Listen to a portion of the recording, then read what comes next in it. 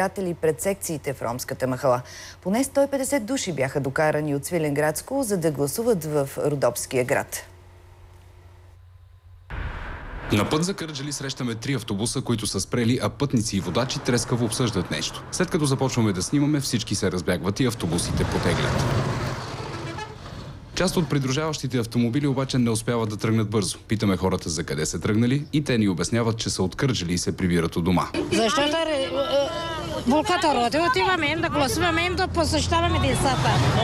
Гости. Комбинирате? Да, всичко. Много хора сте тръгнали 3 автобуса.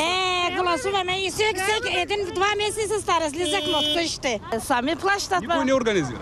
Не. По пътя автобусите се опитват да ни объркат, като спират на няколко места. Все пак, в крайна сметка, всички стигат до училището в ромската махала на Кърджали. Част от хората отричат изобщо да са пътували. Не, аз автобуса нищо общо няма. Да гласувате ли дойдохте? Да. Не мога да приказвам български. Колко ви платиха за гласуване? Нищо пари няма да искам, ще гласуваме така. По съвест? Да.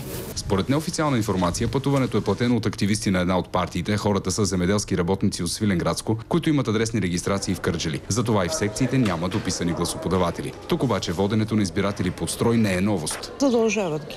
Не, че е много далече махалато, но ги задължават явно. Смятате, че това е един вид контролиран вод? Да. За новините на Ново от Кърджали, Димитър Иванов.